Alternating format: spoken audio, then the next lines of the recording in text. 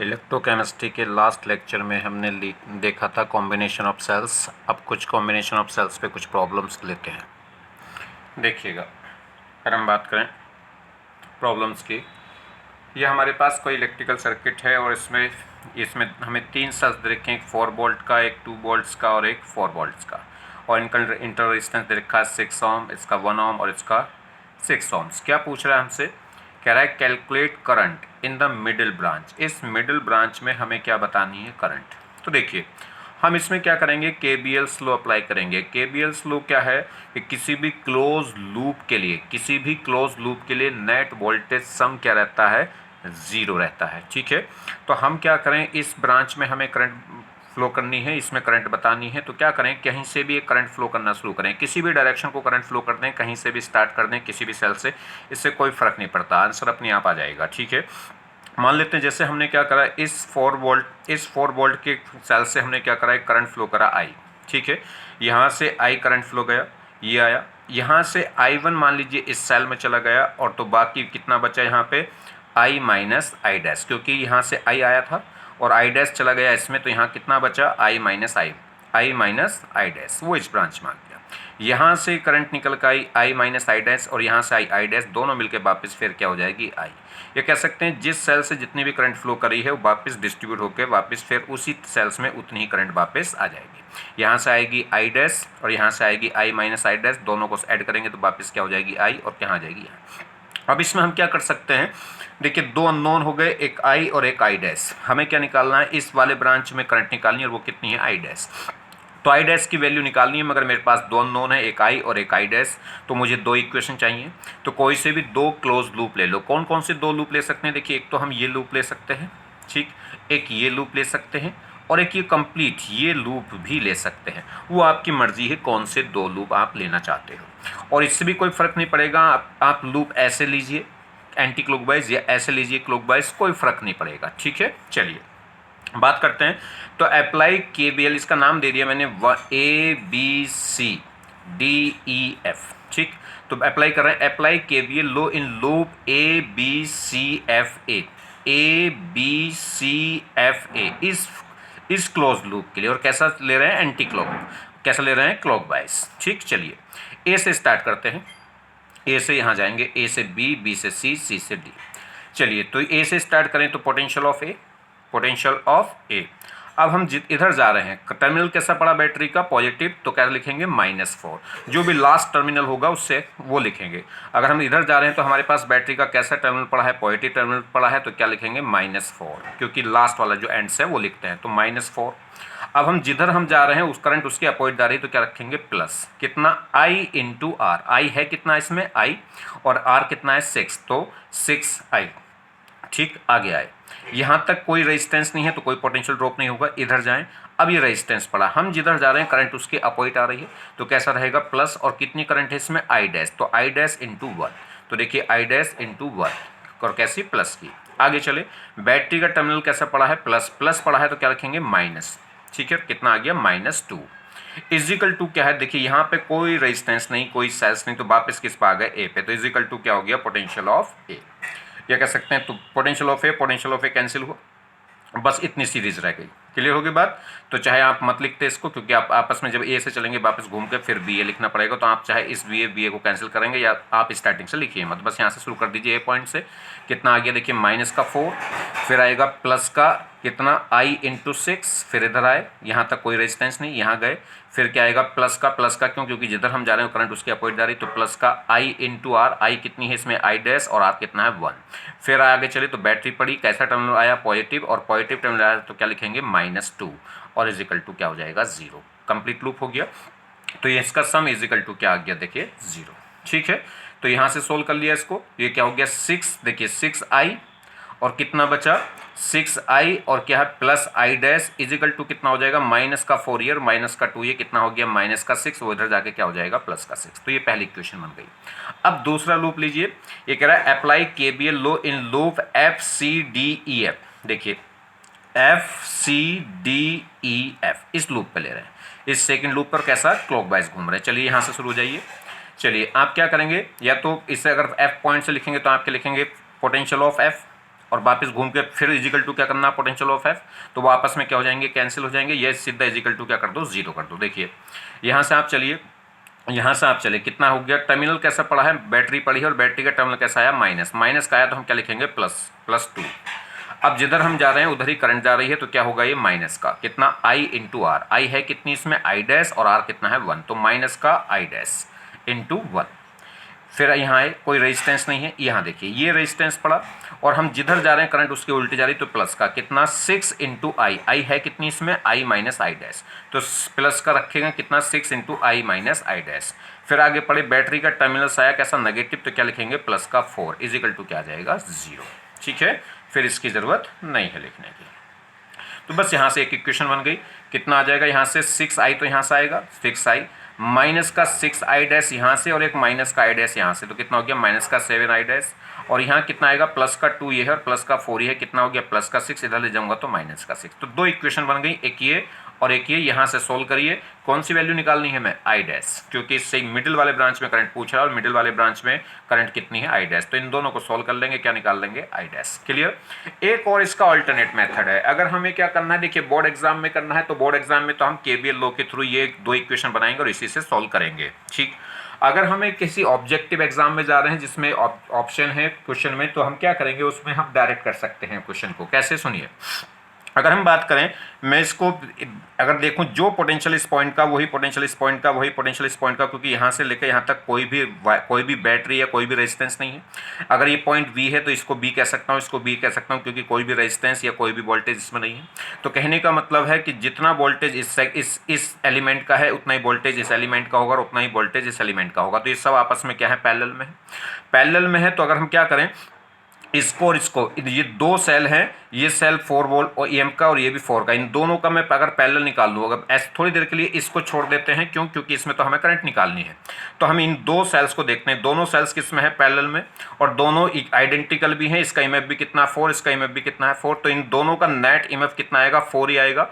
अगर हमने अभी देखा था हमने लास्ट लेक्चर में कि अगर EMF के पी सेल पैरेलल में आपस में लग रहे हैं तो उनका नेट इमेफ भी कितना होगा, ई ही होता है। ठीक है, चलिए, तो इसका इमेफ कितना 4, इसका इमेफ कितना 4, और ये दोनों आपस में पैरेलल में है तो इनका नेट इमेफ भी कितना हो जाएगा, 4 हो जाएगा। चलिए, और नेट रेजिस्टेंस निकालें, तो ये 6 के दो रेजिस्टेंस पैरेलल में जुड़ रहे हैं तो कितना हो जाएगा, 6 के दो अगर पैरेलल में आएंगे तो 6/2 कितना आ जाएगा, 3।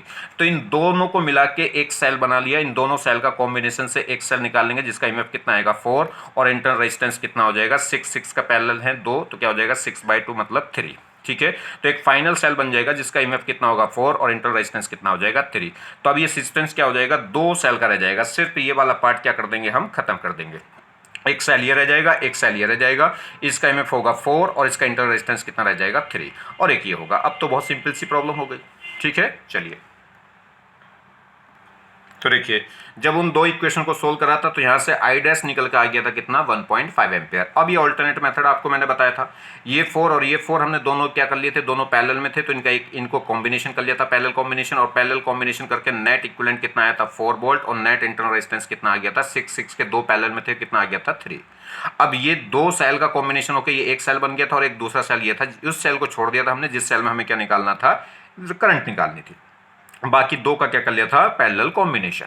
अब ये फाइनल सिचुएशन बन गई। तो इसमें देखिए, ये करंट कहाँ फ्लो करेगा, इधर इधर, और ये भी करंट कहाँ फ्लो करेगा, इधर, तो दोनों की करंट सेम डायरेक्शन में है तो नेट इमेफ दोनों के सम्स आ जाएगा।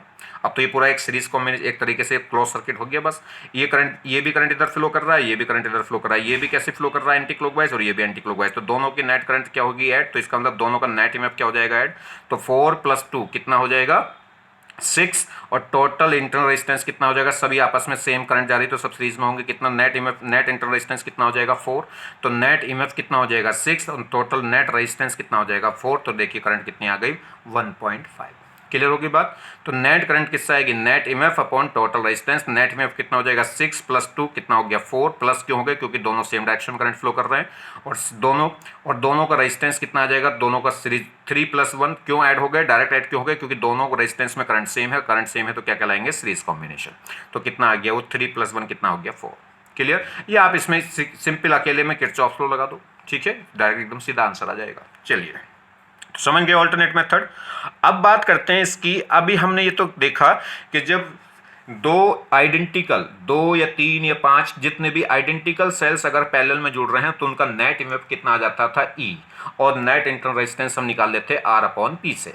मगर अगर ये रेजिस्टेंस, दो रेजिस्टेंस पैरेलल में जुड़े हो मगर वो आइडेंटिकल ना हो, क्योंकि आइडेंटिकल था ये भी ई ये भी ई, तो नेट क्या आ गया था ई। अब अगर ये आइडेंटिकल नहीं है तो फिर कैसे करेंगे, ठीक है।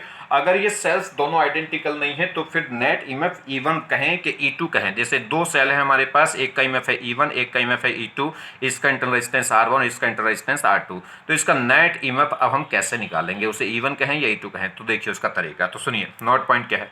When cells are not identical then net EMF in parallel combination. तो देखिए हमारे पास दो सेल है, एक का ईएमएफ E1 और इंटरनल रेजिस्टेंस R1, एक का ईएमएफ कितना E2 और इंटरनल रेजिस्टेंस कितना R2। इसका प्लस इसके प्लस से जुड़ा हुआ है, मतलब ये करंट कैसे फ्लो करना चाह रहा है, एंटी क्लॉकवाइज, और ये कैसे करंट फ्लो करना चाह रहा है, क्लॉकवाइज। क्लियर, चलिए देखते हैं। तो इसका पूरे का हमें इस कॉम्बिनेशन, इनको दोनों सेल्स को कंबाइन करके एक नेट सेल बनाना है, ठीक है। तो उससे जो एक कंबाइन करके जो नेट सेल बनेगा उसका नेट ईएमएफ कैसे आएगा, तो वो कैसे कैलकुलेट करें। तो देखिए, तो तरीका क्या है, इन दोनों के कॉम्बिनेशन करके हमें एक सेल बनाना जिसका नेट ईएमएफ कितना है और नेट इंटरनल रेजिस्टेंस कितना है, ये बात हमें पता लगानी कब, अगर ये दोनों सेल्स क्या हो, आइडेंटिकल ना हो।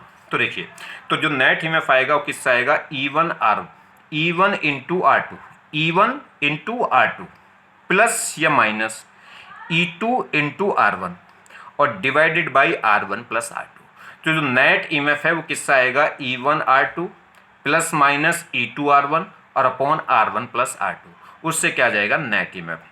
और नेट रेजिस्टेंस वो तो आप निकाल सकते हैं, R1 और R2 किस में है, पैरेलल में। अगर दो रेजिस्टेंस पैरेलल में है तो उनका इक्विवेलेंट कॉम्बिनेशन किससा आता है, अगर इक्विवेलेंट कॉम्बिनेशन की बात करें तो वो किससा आएगा, इक्विवेलेंट रेजिस्टेंस अगर देखें तो R1 into R2 upon R1 plus R2, तो आपको मालूम ही है, ठीक है। तो यहाँ से वैल्यू निकल के आएगी। अब हमें क्या करना है, कब इसे प्लस करना है, कब इसे माइनस करना है। तो देखिए, अगर दोनों सेम डायरेक्शन में करंट फ्लो कर रहे हैं, ठीक है, चलिए अगर क्या है, दोनों सेम डायरेक्शन में करंट फ्लो कर रहे हैं, या ऐसे समझिए, जिस अगर प्लस प्लस से कंबाइन है, इसका प्लस उसके प्लस से क्या है, कंबाइन है, इसका प्लस उसके प्लस से अगर जुड़ा हुआ है तो यहाँ प्लस रहेगा, और अगर इसकी प्लस प्लेट उसकी माइनस प्लेट से जुड़ी है तो यहाँ माइनस रहेगा, ठीक है। चलिए, अगर मान लीजिए, तो आगे बात समझ में, इसका नेट ईएमएफ कैसा आ जाएगा, इन दोनों का कंबाइन करके अगर एक सेल बनाना है तो इस सेल का नेट ईएमएफ कैसा आएगा और इसका नेट रेजिस्टेंस कैसा आ जाएगा। मगर ये तो दो की बात हुई, अगर दो से ज़्यादा सेल है और वो डिफरेंट है, आइडेंटिकल नहीं है, तो उस केस में क्या करेंगे, तो उस केस में डायरेक्ट कैसे निकलेगा, तो वो ध्यान दीजिए। तो नेट ईएमएफ जो आएगा किससे आएगा, वो आएगा E1 upon R1 plus E2 upon R2 plus E3 upon R3 up to date जितने भी सेल्स हैं, और अपॉन में क्या होगा, 1 upon R1 plus 1 upon R2 plus 1 upon R3 up to date जहाँ तक भी है। ये क्या आ जाएगा, नेट ईएमएफ आ जाएगा उस सेल का जो इनको कंबाइन करके बनेगा। और इंटरनल रेजिस्टेंस तो आपको पता ही है किससे आ जाएगा। अगर मान लीजिए सीरीज में आप पैरेलल में क्या कर रहे हैं, रेजिस्टेंस जोड़ रहे हैं, तो उनका इक्विवेलेंट रेजिस्टेंस किससे आता है, वन अपॉन आर इक्विवेलेंट किससे आएगा, 1 upon R1 plus 1 upon R2 plus 1 upon R3। तो अगर हम आप क्या करें, केवल दो ही लें, तो इनका अगर रिजल्टेंट इनको सोल्व करेंगे तो यही वैल्यू निकल कर आएगी, ठीक है। चलिए, बस ये रखना, अगर सेम प्लस प्लस में प्लस प्लस सेम डायरेक्शन में है तो प्लस करते जाएंगे, अगर कोई भी सेल उल्टा जुड़ जाएगा तो क्या कर देंगे, उसे माइनस कर देंगे। क्लियर होगी बात। दोनों सेल्स क्या करने चाहिए, सेम ही। देखिए, ये पैरेलल में लगे हैं तो पैरेलल में लगे हैं, तो अगर ये करंट की तरफ फ्लो कर रहा है, ये फ्लो कर रहा है राइट से लेफ्ट की तरफ, तो ये भी राइट से लेफ्ट की तरफ, तो दोनों अगर सेम डायरेक्शन में करंट फ्लो कर रहे हैं, लेफ्ट टू राइट, ये मतलब यहाँ से करंट आई और यहाँ से ऐसे गई, तो अगर दोनों का ऐसे कह लो, दोनों का प्लस सेम साइड में है, दोनों का प्लस सेम साइड में है तो प्लस, और एक का प्लस और माइनस अपोजिट साइड में है तो फिर माइनस। क्लियर। चलिए देखिए, इस प्रॉब्लम से समझें। ये हमारे पास दो सेल हैं, एक 6 वोल्ट का और इंटरनल रेजिस्टेंस 4 ओम, एक दूसरा सेल है जिसका ईएमएफ भी कितना है 4 वोल्ट और इंटरनल रेजिस्टेंस कितना 4, और एक ये एक्सटर्नल वायर है जिसका रेजिस्टेंस कितना है 2 ओम। ये कह रहा है calculate current in the 2 ohm resistance, इस 2 ओम के रेजिस्टेंस में करंट बताना है। तो देखिए, हम क्या करें, एक तो भी है कि आप क्या कर लें, इसमें दो सेगमेंट, एक क्लोज लूप ये ले लो, एक क्लोज लूप ये ले लो, एक क्लोज लूप ये ले लो, दो इक्वेशन बनेगी, वहां से सोल्व कर लेंगे किरचॉफ लॉ लगा के। अब इसे डायरेक्ट अगर हम करना चाहते हैं तो डायरेक्ट कैसे करेंगे, देखिए ये दोनों सेल्स आपस में क्या है, दोनों सेल्स आपस में पैरेलल में है, और दोनों के प्लस एक ही साइड में, इसका भी लेफ्ट साइड में है प्लस और इसका भी लेफ्ट साइड में है प्लस, तो दोनों क्या हो जाएंगे, तो इसका जो नेट, मगर क्या है, दोनों सेल्स एक आइडेंटिकल नहीं है। आइडेंटिकल होते तो अगर ये भी 6 ये भी 6 तो 6 हो जाता, मगर ये आइडेंटिकल नहीं है, तो इसका जो नेट ईएमएफ आएगा वो किससे आएगा, 6 इंटू 4 प्लस, प्लस क्यों? क्योंकि दोनों के प्लस लेफ्ट साइड में है। 4 इंटू 4, तो देखिए 6 into 4 plus 4 into 4 divided by क्या आएगा 4 प्लस 4, मतलब E1 into R2 plus E2 into R1 upon में आएगा R1 प्लस R2। क्लियर हो गई? तो इसको हम क्या करेंगे, इसको हम नेट सेल, अगर हम इसको क्या करें तो देखिए इस इन दोनों को कंबाइन, दोनों सेल को कंबाइन करके एक नेट इक्विवेलेंट सेल बना लेंगे। उसका इक्विवेलेंट रेजिस्टेंस हो जाएगा नेट ई और ये नेट रेजिस्टेंस, और ये क्या हो गया 2 ओम का। अब ये ई की वैल्यू होगी कितनी, नेट ई कितना होगा, नेट आर कितना होगा, तो समझिए। तो हमें नेट ई निकालना, तो मैंने आपको बताया था देखिए E1 into R2 plus E2 into R1, तो वही मैंने आपको बताया था 6 इंटू 4 और अपॉन में क्या हो जाएगा R1 प्लस R2। देखिए अगर हम बात करें तो 6 इंटू 4 प्लस 4 इंटू 4 अपॉन क्या आएगा 4 प्लस 4, और ये प्लस क्यों हो रहे हैं, क्योंकि दोनों की पॉजिटिव प्लेट्स लेफ्ट साइड में है, या दोनों की प्लेट राइट साइड में हो, एक की लेफ्ट साइड में और एक की राइट साइड में, तो फिर कहानी क्या हो जाती है माइनस की। चलिए तो यहां से अगर हम इसे सोल्व करेंगे तो ये सोल्व करके कितना आ रहा है 5 वोल्ट, ठीक है। और यहां से देखें ये कितना आ जाएगा 24, ये कितना आ जाएगा 16, 24 प्लस 16 कितना हो जाएगा 40, और ये अपॉन में कितना आ जाएगा 8, 40 को क्या करेंगे 8 से डिवाइड करेंगे तो कितना आ जाएगा 5 वोल्ट। तो नेट ईएमएफ तो कितना आ गया 5 वोल्ट। और जो अगर बात करें नेट इंटरनल रेजिस्टेंस की, तो आर इंटरनल रेजिस्टेंस क्या होंगे 4 के दो रेजिस्टेंस पैरेलल में लग रहे हैं, तो 4/2 कितना आ जाएगा 4, कितना आ जाएगा 2 ओम।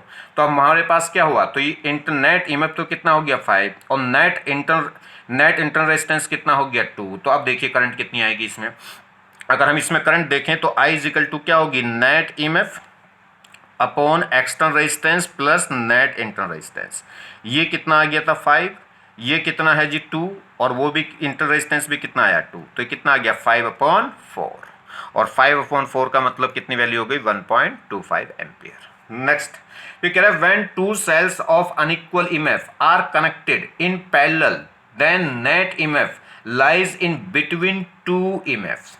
ये कह रहा है दो अगर क्या है सेल्स आपस में पैरेलल में कंबाइन है, दो अनइक्वल अगर सेल्स क्या है आपस में पैरेलल में कंबाइन है, तो उनके कंबाइन करने से जो नेट ईएमएफ निकल के आएगा वो उन दोनों डिफरेंट सेल्स के मिडिल में कहीं निकल के आएगा, ठीक है। देखिए एक का इसमें नेट ईएमएफ कितना आया 5, जबकि उसमें क्या था एक सेल का ईएमएफ कितना था 6 और एक का कितना था 4, तो इन दोनों के बीच में आ रहा है देखिए 5, तो 6 वाले से कम आ रहा है और 4 वाले से क्या आ रहा है ज़्यादा आ रहा है। क्लियर? तो ये बात भी थोड़ी सी ध्यान रखें कि जो नेट ईएमएफ निकल के आएगा वो उन दोनों के मिडिल में ही कहीं लाई कर रहा होगा। नेक्स्ट प्रॉब्लम देखिए, अगर हम बात करें इस प्रॉब्लम की तो देखिए क्या है ये प्रॉब्लम। ये कह रहा है हमारे पास क्या है 3 सेल्स हैं, एक 2 वोल्ट का, एक कितना 3 ईएमएफ का और एक 6 का। इंटरनल रेजिस्टेंस सभी के कितने हैं 2 है। कह रहा है calculate current in the middle branch. इस मिडिल ब्रांच में करंट पूछ रहा है, तो जब इस मिडिल में पूछ रहा है तो इन दोनों का बाकी इसको क्या कर दीजिए आप कंबाइन कर लीजिए। दोनों किस में है पैरेलल में है, दोनों अनइक्वल है, इक्वल नहीं है क्योंकि इसका ईएमएफ कितना है 2 और इसका ईएमएफ कितना है 6। तो क्या करेंगे जब दो सेल्स पैरेलल में हो अनइक्वल हो तो इनका इक्विवेलेंट निकाल लीजिए। तो इन दोनों को कंबाइन करके एक सेल बना लीजिए जिसका ईएमएफ कितना हो जाएगा ई और इंटरनल रेजिस्टेंस कितना हो जाएगा आर। अब ये ई होगा कितना, तो देखिए इसको ही तो कंबाइन कर रहे हैं, तो ये क्या होगा 2 × 2 माइनस क्यों, इसका पॉजिटिव प्लेट तो लेफ्ट है और इसका पॉजिटिव प्लेट का है राइट है, तो इसलिए अब क्या होंगे माइनस। तो 2 × 2 माइनस 6 × 2। क्लियर? तो कौन सा बढ़ा रहा है, ये आएगा 12 और वो कितना आएगा 4, तो ये वाली वैल्यू बचेगी। तो कौन सी नेचर बचेगी, ये वाली नेचर बचेगी कि ये वाली नेचर बचेगी, क्योंकि ये कितना आ रहा है 12 और वो कितना आ रहा है 4, तो ये वाली नेचर बचेगी। इसलिए ये वाली नेचर का मतलब पॉजिटिव प्लेट किधर होनी चाहिए राइट साइड। तो देखिए पॉजिटिव प्लेट राइट साइड और नेगेटिव प्लेट लेफ्ट साइड, बाकी वो जैसा था वैसा का वैसा रख देंगे। अब ये सेल बन जाएगा, तो नेट ईएमएफ कितना आ जाएगा यहाँ से 2 × 2 माइनस 6 × 2 और डिवाइडेड क्या होगा R1 प्लस R2, वहां से ये आ जाएगा। और नेट ईएमएफ 2 के दो रेजिस्टेंस पैरेलल में है, तो 2/2 कितना आ जाएगा ये 1। क्लियर होगी बात? इस तरीके से इसको सॉल्व करेंगे। तो देखिए तो नेट ईएमएफ कितना आ गया था E1 × R2 minus E2 × R1, मतलब 6 × 2 था और एक 2 × 2 था, अपॉन में क्या था R1 प्लस R2। ये कितना आ रहा था 12 और ये कितना आ रहा था 4, तो 12 - 4 कितना बचा 8 और 8/4 कितना आ जाएगा 2, तो नेट ईएमएफ कितना आ गया 2। और नेट इंटर रेजिस्टेंस 2 के दो रेजिस्टेंस पैरेलल में जुड़ रहे थे, तो 2/2 कितना आ जाएगा 1। तो क्या सिचुएशन बन गई थी, एक तो ये सेल बचा था, इंटर रेजिस्टेंस बचा था इसका, और एक ये नीचे ऑलरेडी पहले से लगा हुआ था जिसमें हमें करंट निकालनी थी। ये कितना था 3 वोल्ट का, और ये 2 ओम का रेजिस्टेंस, और ये कितना आ गया, इसका नेट ईएमएफ निकल का आ गया 2 वोल्ट, और इसका इंटरनल रेजिस्टेंस कितना आ गया 1 ओम। ये करंट फ्लो करेगा इधर, और जबकि ये करंट फ्लो करेगा इधर, तो दोनों आपस में क्या होंगे, माइनस। कौन सा ज़्यादा बड़ा है, अगर हम बात करें तो ये 2 है और ये कितना 3, तो ये बड़ा होगा। तो नेट ईएमएफ कितना आ जाएगा अब इस सीक्वेंस में, पूरा एक क्लोज लूप ही तो हो गया। पूरी एक क्लोज लूप तो बस सीरीज होती है, समझ आइए, क्योंकि सब में करंट क्या रहेगी, सेम। तो इसका मतलब ये क्या हो गया, सीरीज हो गया सब, ठीक है। कभी देखने में ऐसा लगे कि पैरेलल है।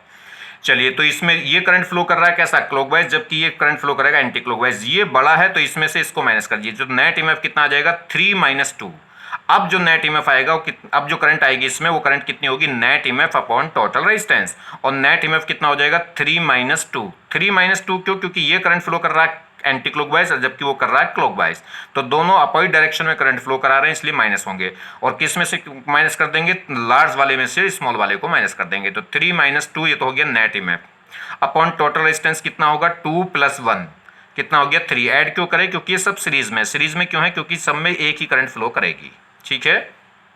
चलिए, तो नेट ईएमएफ हो गया 3 - 2 और टोटल रेजिस्टेंस हो जाएगा 2 + 1, तो अब करंट कितनी फ्लो कर गई इसमें 1.3। तो इस मिडिल वाले वायर में कितनी सेगमेंट में कितनी करंट फ्लो करेगी 1/3 एम्पियर। क्लियर होगी बात। अब इसमें क्या कह रहा है, ये नेक्स्ट कह रहा है in previous question find out current in the lower branch. अब क्या वो कह रहा है कि लोअर ब्रांच में बतानी है।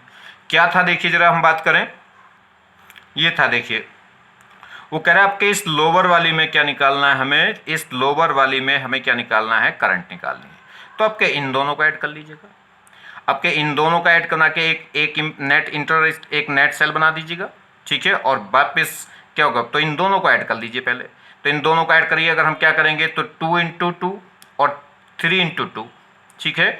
अब ये 6 है और ये कितना है 4 है, क्या दोनों प्लस होंगे, नहीं। इसका जो पॉजिटिव टर्मिनल है वो लेफ्ट साइड में, उसका पॉजिटिव टर्मिनल राइट साइड में, तो माइनस होंगे। और माइनस होंगे तो क्या होगा, इसकी मल्टीप्लाई तो कितनी आ रही है 6, और जबकि उसकी मल्टीप्लाई कितनी आ रही है 4, तो कौन सा ज़्यादा हो गया, ये ज़्यादा हो गया। तो क्या हो जाएगा 6, देखिए इन दोनों की मल्टीप्लाई तो 6, इन दोनों की मल्टीप्लाई 4, और डिवाइडेड बाय क्या होगा R1 + R2, 2 + 2, तो ये कितना आ गया 2/4, तो कितना आ गया ये 1/2। तो यहाँ पे अब जो ईएमएफ होगा कौन सा बचेगा, ये वाला कि ये वाला, जो बड़ा वाला है, बड़ी वाले की पोलैरिटी ये है, तो देखिए यही बचेगी, इधर पॉजिटिव प्लेट उधर नेगेटिव प्लेट।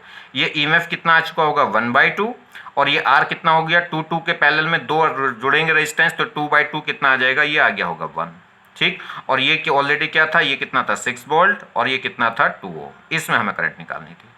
आगे बात समझ में। तो अब क्या करेंगे देखिए, अब जो करंट निकलेगी वो net EMF upon total resistance, ठीक है, नेट रेजिस्टेंस। अब टोटल ईएमएफ कितना है, ये फ्लो कर रहा है करंट इधर और ये फ्लो करेगा इधर, तो दोनों उल्टी डायरेक्शन में करंट फ्लो कर रहे हैं, तो माइनस होंगे। अब कौन सा, ये बड़ा है कि ये बड़ा है, ये बड़ा है, तो 6 - ½ और अपॉन में क्या हो जाएगा टोटल रेजिस्टेंस। टोटल रेजिस्टेंस तो ऐड हो जाएंगे क्योंकि सब सीरीज में रहेंगे, तो कितना हो जाएगा 2 + 1। तो यहाँ से कितना आ गया, अगर हम बात करें तो 5.5, और ये कितना आ गया 3, बस यहाँ से इतने एम्पियर की करंट फ्लो कर जाएगी इस लोअर ब्रांच में, ठीक है। समझ रहे हैं कि नहीं। चलिए नेक्स्ट देखें। अगर नेक्स्ट प्रॉब्लम की हम बात करें तो नेक्स्ट प्रॉब्लम क्या है, ये कह रहा है when 12 identical cells are connected in series to an external resistance then current in R is I. ये कह रहा है मेरे पास 12 आइडेंटिकल सेल्स हैं, इनको मैंने एक एक्सटर्नल रेजिस्टेंस आर के थ्रू कनेक्ट कर दिया, तब इसमें करंट कितनी फ्लो करी थी आई। When terminals of the some cells are reverse, कुछ सेल के टर्मिनल बदल दिए, मतलब उल्टा कर दिया कुछ सेल्स को, पोलैरिटी क्या हो गई प्लस से माइनस की तरफ बदल दी। Then current in the R becomes 5I/6। अब जो एक्सटर्नल रेजिस्टेंस का क्रॉस करंट आई वो कितनी आई, आई की बजाय कितनी आई 5I/6 आई। तो कह रहा है calculate number of cells whose terminals are reverse. तो बताना है कि फिर वे कितने सेल हैं जिनके हमने टर्मिनल्स बदले हैं। तो देखिए उन्होंने कहा कि 12 आइडेंटिकल सेल्स थे, अगर उसको क्या करें, उनको सीरीज में कंबाइन करके एक एक्सटर्नल रेजिस्टेंस आर के थ्रू हमने जोड़ा, तो उसमें करंट कितनी फ्लो करी आई। अब इसमें से क्या कर दिया, इन 12 सेल्स में से कुछ की पोलैरिटी क्या कर दे, रिवर्स कर दे, और रिवर्स करके अब जो एक्सटर्नल रेजिस्टेंस आर के थ्रू से जोड़ा गया तो करंट कितनी फ्लो आई, करंट जो फ्लो हुई वो कितनी 5I/6 हुई। तो पूछ रहा है बताइए इस सीरीज कॉम्बिनेशन में कितने सेल्स की टर्मिनल्स हमने बदली होगी। चलिए देखते हैं। एक बात समझिए, जैसे मैंने क्या करा है, अगर मैं बात करूंगा, मेरे पास 12 क्या थे, सेल थे, और सबकी पोलैरिटी सेम पोलैरिटी में सीरीज में जुड़े हुए थे। अगर मान लीजिए मैंने एक की पोलैरिटी क्या कर दी, बदल दी, एक की पोलैरिटी बदल दी तो क्या हो गया, वो माइनस ई हो गया। वो माइनस ई एक दूसरे सेल के प्लस ई को खा जाएगा, खत्म कर देगा, कैंसिल कर देगा। तो एक सेल की पोलैरिटी बदलने से कितना ईएमएफ कैंसिल हो जाएगा, 2E कैंसिल हो जाएगा। क्यों, जैसे हमारे पास 12 आइडेंटिकल सेल थे और उनको सेम पोलैरिटी में सीरीज में जोड़ दिया था, तो उनका नेट ईएमएफ कितना निकल के आएगा, 12E। अगर हर एक का E है तो 12 का कितना आएगा, 12E। ठीक, अब मैंने एक की पोलैरिटी को बदल दिया तो वो कितना हो गया, -E, और बाकी जो 11 बचे उनका हो गया +11E। तो प्लस का 11E और -E जब ऐड करूंगा तो देखिए एक -E उस 11E में से एक E को कैंसिल कर जाएगा, तो कितना बचेगा, 10E। तो समझे बात को, एक सेल को रिवर्स करने से क्या होगा, वो जो सेल रिवर्स करा है उसका ईएमएफ एक दूसरे अनदर सेल को और क्या कर देगा, ईएमएफ को कैंसिल कर देगा। तो पहले अगर नेट कितना आ रहा था, 12E, तो एक सेल के बदलते कितना आ जाएगा, नेट 10E आ जाएगा। मतलब कितने का चेंज हो जाएगा, 2E का। ठीक है, कितने का चेंज हो जाएगा, 2E का। तो यही बात थोड़ी सी समझने की है। When terminals of one cell reverse, then EMF net, ये कह सकते हैं net EMF decrease by 2E। तो जो नेट EMF में जो चेंज आएगा वो कितना आएगा, 2E का आएगा एक सेल को बदलते ही। चलिए ये था जी, हमारे पास पहले क्या थे, 12 सेल थे, 12 सेल सीरीज में जुड़े हुए थे, हर एक का EMF E था और हर एक का रेजिस्टेंस कितना था, R। तो नेट EMF कितना हो गया था, 12E, और नेट इंटरनल रेजिस्टेंस कितना हो गया था, 12R। और इसे एक्सटर्नल रेजिस्टेंस R के थ्रू जोड़ा तो करंट कितनी फ्लो कर रहा था, ये I। तो इससे में I कितनी थी, net E upon total resistance. Net E कितना था, 12E, और टोटल रेजिस्टेंस कितना था, एक्सटर्नल प्लस इंटरनल। क्लियर, ये थी I। ये तो पहली इक्वेशन आ गई। दूसरी इक्वेशन क्या कहा, उन्होंने कहा कि कुछ सेल्स की पोलैरिटी उल्टी कर दी, हमें नहीं पता कितने की रिवर्स करी। मान लीजिए X की रिवर्स कर दी, let X cells are reverse, then अगर हमने X सेल रिवर्स कर दिए तो जो नेट ईएमएफ है वो कितना होगा, 12E में से माइनस कितना करूंगा, 2XE, क्योंकि अभी मैंने आपको बताया एक E के चेंज करने से कितना E कम हो जाएगा, टोटल में 2E। तो अगर 1E कैंसिल करा है तो क्या हो जाएगा, माइनस करूंगा 2E। अगर मैं दो सेल्स की पोलैरिटी उल्टी करूंगा तो क्या करूंगा, -4E। अगर मैंने क्या करा, X सेल को रिवर्स करा तो X सेल का ईएमएफ कितना हो गया, XE, तो कितना माइनस करूंगा, 2XE। तो देखिए नेट ईएमएफ कितना बचा, तो नेट करंट जो होगी, जो करंट होगी नेट करंट, वो होगी net EMF upon total resistance. Net current तो उसने बता दी कितनी फ्लो कर रहा है, 5I/6, और नेट ईएमएफ होगा कितना, 12E में से माइनस हो जाएगा कितना, 2XE, क्योंकि हमने क्या करें, X सेल की पोलैरिटी रिवर्स कर दी, और अपॉन टोटल रेजिस्टेंस तो वही रहेगा, पोलैरिटी बदलने से बदलेगा नहीं। तो कितना होगा, R + 12R। ठीक, अब दो इक्वेशन मेरे पास बन गई, दोनों इक्वेशन को डिवाइड कर दीजिए। डिवाइड करोगे R + 12R, R + 12R से ये कैंसिल, I से I कैंसिल, तो यहाँ बचेगा 1 और अपॉन में आएगा 5/6, तो 6 पहुंच जाएगा ऊपर, तो ये बचेगा 6/5। ये आएगा 12E, और अपॉन में कौन आ जाएगा, 12E - 2XE। बस सोल्व करिए क्रॉस मल्टीप्लाई से। ठीक है, इसको क्या करेंगे हम, E यहाँ से कॉमन ले लेंगे, E कॉमन लेके E से E कैंसिल हो जाएगा, तो बस ये कितना आ जाएगा, यहाँ से 6 से इसको कट कर दे कितना, 2 बार, तो ये 5 इधर पहुंच जाएगा, कितना हो जाएगा, 10, और ये बस कितना बचा, 12 - 2x = कितना आ जाएगा, 10। तो यहाँ से सोल्व करिए, ये 2x इधर, तो ये कितना बचेगा, 2x = कितना आ गया, 2, तो x = कितना आ गया, 1। तो इसका मतलब एक सेल की पोलैरिटी, x की वैल्यू निकल कर आ गई 1। तो इसका मतलब हमने कितने सेल की पोलैरिटी रिवर्स कर दी होगी, एक सेल की पोलैरिटी रिवर्स कर दी होगी। क्लियर हो गई बात। चलिए, तो ये मैंने कुछ प्रॉब्लम्स करा दी कॉम्बिनेशन ऑफ सेल्स पे। आप ऑब्जेक्टिव क्वेश्चन में आप इसको कैसे कर सकते हैं, बिल्कुल डायरेक्ट कर सकते हैं, कोई दिक्कत वाली बात नहीं है। जौन सी ब्रांच में क्या पूछ रहा है, करंट पूछ रहा है, बाकी जो अनदर सेल्स हैं पैरेलल में लगे हैं उन्हें आपस में क्या कर दीजिए, कनेक्ट करके एक रिजल्टेंट सेल बना लीजिएगा, तो उसका रिजल्टेंट ईएमएफ निकाल लो, नेट इंटरनल रेजिस्टेंस निकाल लो, और आप इसे बिल्कुल एकदम ओरली इस क्वेश्चन को कर सकते हैं। हाँ, अगर आप बोर्ड एग्जाम में जा रहे हैं तो फिर आपको केबीएल लो लगा के 2 या 3 इक्वेशन बनाएंगे, जितने की जरूरत है वो इक्वेशन बनाएंगे और क्या कर लेंगे, उन्हें सॉल्व कर लेंगे। ठीक है, और बहुत अच्छी सी बात है कि आप बहुत ध्यान से और बहुत ही प्यार से लेक्चर को देख रहे हैं, सुन रहे हैं, इसके लिए आपको मेरी तरफ से बहुत दिली धन्यवाद। ठीक है, और बस मेरा इतना ही कहना है कि आप बस चलते जाइए, लेक्चरों को देखते जाइए, देखते जाइए, और कुछ नहीं करना है। ठीक है, कुछ बातें ऐसी होती है जो समझ में एकदम आ जाती हैं, कुछ बातें ऐसी होती हैं जो धीरे धीरे समझ में आती हैं, कुछ बातें ऐसी होती हैं कि हमारी समझ में आ रही होती हैं मगर फिर भी हमें पता नहीं होता, अनजान होते हैं हम। तो मेरी बात का विश्वास करिएगा, आप बस पढ़ते जाएंगे तो बहुत सारी चीज़ें ऐसी लगेंगी आपको कि आ गई, बहुत सारी चीज़ें ऐसी लगेंगी कि नहीं आई, मगर ये 100% है कि चीज़ें आ जाती हैं। मगर ये बात धीरे धीरे बाद में आपको पता चलने लगेगी कि कब में ये चीज़ें हमें आ गई, हमारे अंदर सेट हो गई, आपको भी पता नहीं चलेगा। तो ऐसा लगता है जब हम पढ़ते हैं, पढ़ाई करते हैं तो एक प्रेशर रहता है, तो ऐसा लगता है कि मैं भूल रहा हूँ पिछला, या समझ में नहीं आ रहा यार कैसे कर दिया, तो उसकी टेंशन आप मत लीजिएगा। बहुत बार चैप्टर, अभी ऐसा नहीं कि मैं करंट इलेक्ट्रिसिटी डाल रहा हूँ तो बस एक बात खत्म हो जाएगी, तो एक स्टार्टिंग है। आपको क्या करेंगे, बहुत सारे रिवीजन डलेंगे हर चैप्टर के, हर चैप्टर कई बार डलेगा, तो आप बस देखते जाएं और देखने मात्र से ही आपको सारी चीज़ें आ जाएंगी। ठीक है, थैंक्स। कुछ बच्चे सोचते होंगे कि आप थोड़ा सा, आपके मन में एक विचार आता होगा कि ये मैं मोर पंख क्यों रखता हूँ। तो इसलिए रखता हूँ कि मोर पंख में जो कलर्स हैं वो अद्भुत हैं, वो वैसे कलर यहाँ बनाए नहीं जा सकते। ये नेचुरल कुछ कलर्स हैं जो इसी में हो सकते हैं और कहीं आपको दिखाई नहीं देते। ठीक है, और मैं चाहता हूँ कि ये कलर्स आपके लाइफ में, आपके जीवन में भी ट्रांसफ़र हो जाएँ, इसलिए मैं इसको रखता हूँ। चलिए।